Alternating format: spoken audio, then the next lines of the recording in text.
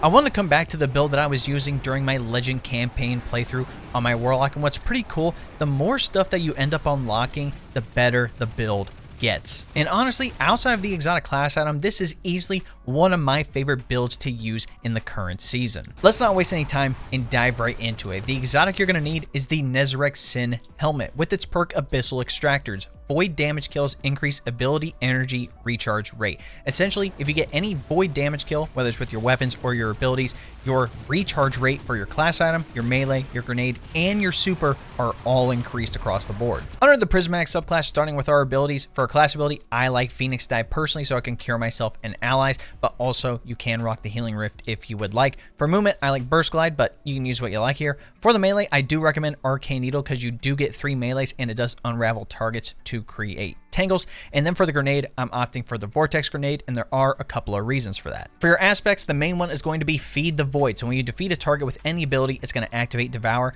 and the Devour effects are improved, restoring additional health and grenade energy. Essentially, once you get that ability kill and Devour procs, every kill afterwards is going to restore you to full health and give you extra grenade energy after every kill. Now for your second aspect, I'd recommend one of 2 options. Number 1 being the Hellion. Essentially, when you use that class ability, that Solar Mortar is going to pop up, and again, that can scorch and ignite targets. And what's pretty cool, if you get kills with it, it does proc Feed the Void. Now, the second option would be Lightning Surge. Again, this is the slide blink forward melee that can jolt targets. And the reason this one is cool is because with Arcane Needle, since you have 3 melees, you can actually do that 3 times, and that can make you amplified if you get rapid kills. For your fragments, 2 of them are extremely important, but the first 3 I have in here, you can kind of switch out. But personally, I like Facet of Hope. So whenever I have an elemental buff, my class ability regenerates more quickly, which means I can have more Hellions out, or at least more often.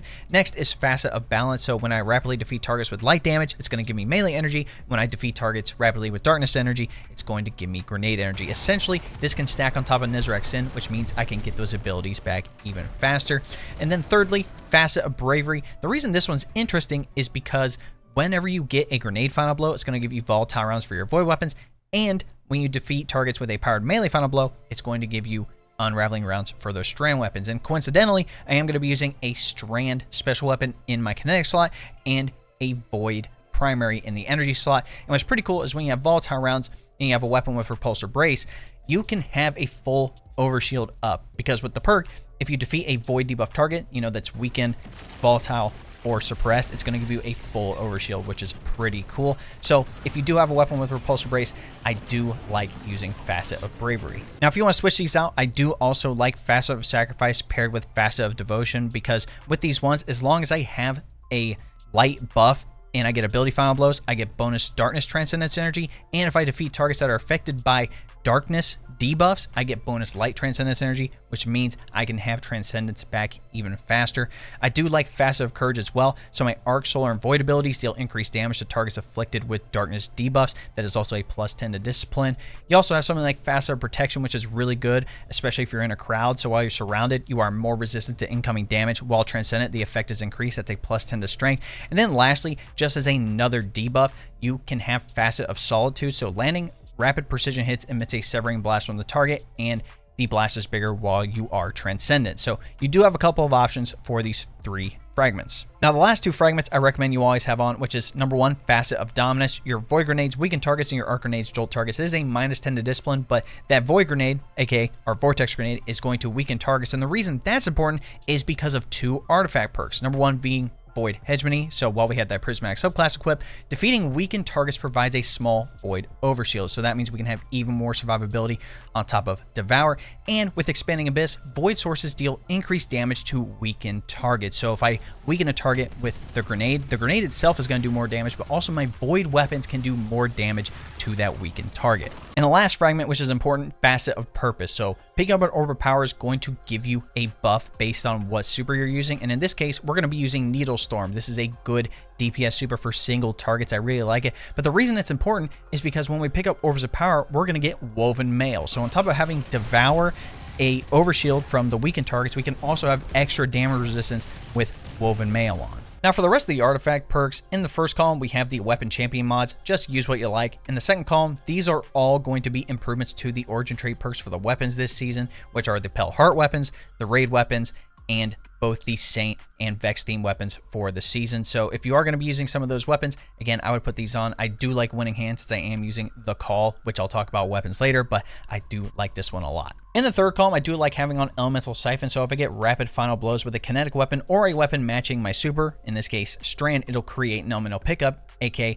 the Tangle, and with Threaded Blast, destroying a Tangle with a Strand weapon creates a larger and more damaging explosion. And what's pretty cool is that if you get any kills with that explosion, it can actually proc Devour. Now in the fourth and fifth column, outside of Void Hegemony and Expanding Abyss, I do like Radiant Orbs. So with that Prismatic subclass, when I pick up an Orb of Power, it's going to make me Radiant, so I get that light buff and also an extra damage bonus. And with Galvanic Armor, while I have the Prismatic subclass equipped, incoming damage from combatants is reduced while I'm amplified. And then lastly, I like Shield Crush. This one's pretty important. So while you have Woven Mail, Frost Armor, or a Void Overshield, your melee recharges faster and deals increased damage. And while you're amplified or radiant, your grenade recharges faster and deals increased damage. Now, since I already mentioned weapons, let's talk about some of your options before we dive into all the armor mods. So first up, in the kinetic slot, like I said, I like a Strand special weapon. If you can get your hands on the Call, which is from the Pale Heart, it's the new rocket-assisted frame type sidearms. These are extremely good. As you can see, I have mine crafted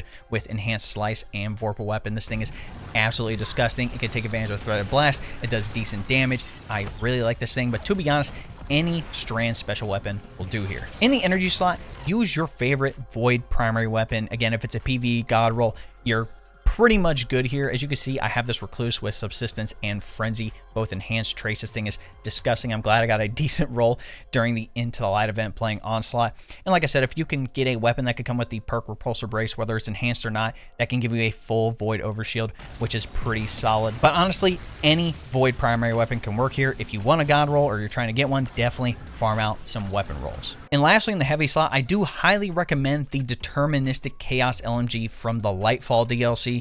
With its update, it can actually pop anti-barrier champion shields, and with the rest of its intrinsic trait, while holding down the trigger, every fourth heavy metal projectile also weakens targets on impact. So if we weaken the target and kill them, we can get that overshield. Our other perks are polygonal rifling, ricochet rounds, and composite stock. With its trait heavy metal, while holding down the trigger, every fourth bullet becomes a heavy projectile that makes targets volatile on impact. So we can also make targets volatile with just this LMG. But outside of that, any Void Heavy will do. If you have a God Roll Edge Transit, if you have a crafted Doom Petitioner, those are going to be extremely good, especially when it's Void Surge. If you have a decent Falling Guillotine as well, if you have Vorpal Frenzy, whatever perks you want on it. And if you don't have a decent Void Heavy that's going to be good for PvE, you can put on the new Microcosm Kinetic Trace Rifle. This thing just absolutely shreds. Now, before showing off the armor mods, let's talk about what stats to focus on. First up is resilience. We talk about every video. Try to have tier 10 100 resilience. It's going to give you a 30% damage reduction, and you definitely want to take advantage of that as much as possible.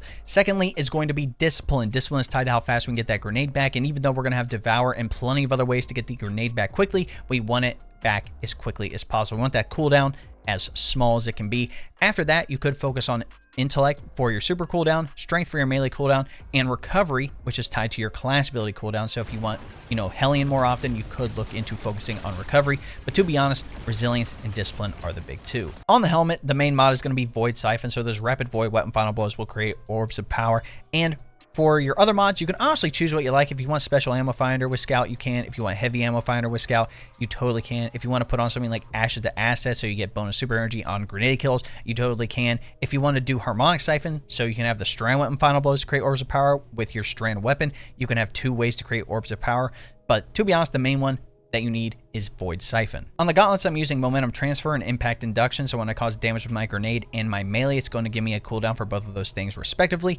And I like Void Loader, so it increases my reload speed for my Void weapons. On the chest piece, you can rock whatever combination of reserve and resistance mods that you like. I personally like Harmonic Reserve, so I can have more ammo for my Strand weapons, aka the Call. If I did want to have more for Void weapons for my heavy, I could put on Void Reserves. And like I said, for resistance mods, depending on what activity you're doing, definitely put on the corresponding resistance mods. On my boots, I'm using Invigoration, so when I pick up an Orb of Power, it reduces my melee cooldown. There really is no need for Innervation, considering there's multiple ways we can get the grenade back. But for harder content, I do like Recuperation, so it gives me health back each time I pick up an Orb of Power. It's kind of a just-in-case thing. And then for my other 2 mods, I have double Void Weapon Surge. So your Void weapons gain a small bonus to damage while you have any armor charge. Your armor charge now decays over time. Essentially, when you collect Orbs of Power, you'll gain an armor charge with this build in particular, you can have 3 armor charges, and with these blue mods, it puts a 10-second timer on that. So with 3 armor charges, we can have 30 seconds of this bonus weapon damage. And last on the class item, I like time dilation so that decaying armor charge has a longer duration, so that 10 seconds that I mentioned actually gets bumped up to 15 seconds. So at 3 armor charges, we can have 45 seconds of bonus weapon damage.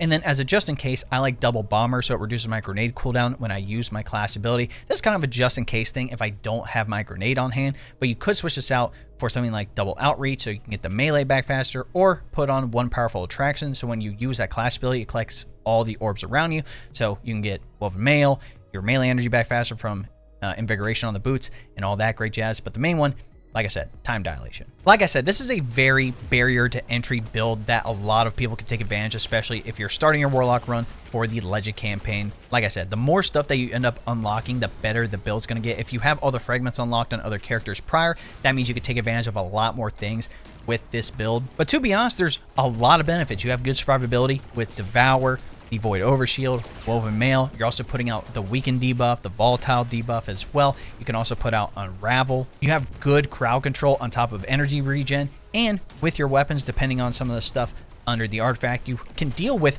pretty much every type of champion in the book. There's really nothing bad about this build, and I highly recommend you take advantage of it this season because of the artifact perks. But that, ladies and gentlemen, is my Nezarec Sin Prismatic Warlock build. Let me know what you guys think in the comments. I'm actually going to put the dim link for this build in the description, so if you want to copy everything that I'm using, down to the subclass, the armor mods, the weapons, even the drip if you'd like. It's going to include shaders and ornaments and all that. So if you want to copy all that, test it out for yourself, come back to this video, and let me know what you like using. Like I said, there are plenty of things you can substitute in, and there's so many good options. In any event, if you enjoyed watching, be sure to drop a like on the video, subscribe to the channel, and turn on that bell next to notifications so you don't miss out on any other final shape builds I'm going to be dropping here on the channel. If you didn't know, we live stream here on YouTube and then also over on Twitch. Again, there's going to be the Salvation's Edge raid, there's going to be the new activity to get the exotic class items, the co-op mode. There's going to be plenty of stuff to do, so if you want to hop in for any of that, again, hop in the chat. And then also, if you want to be proactive, join my Discord. Again, people are going to be looking to play activities together, so hop on in. We're also talking about anime, tech, and plenty of other games as well. Lastly, if you want to help support the channel even more so I can continue making this content for you guys, you can always look into becoming a member. If you don't know what a membership is, it's essentially like a Twitch subscription. Again, you're going to get access to the emotes, the monthly badges, and the big thing, which is getting early access to all of my videos. So if you want to look into becoming a member, all you have to do is press the join button next to subscribe, and that'll give you a rundown with all the details you need. All right, ladies and gentlemen, it's been your boy. We'll catch you in the next one. Cheers!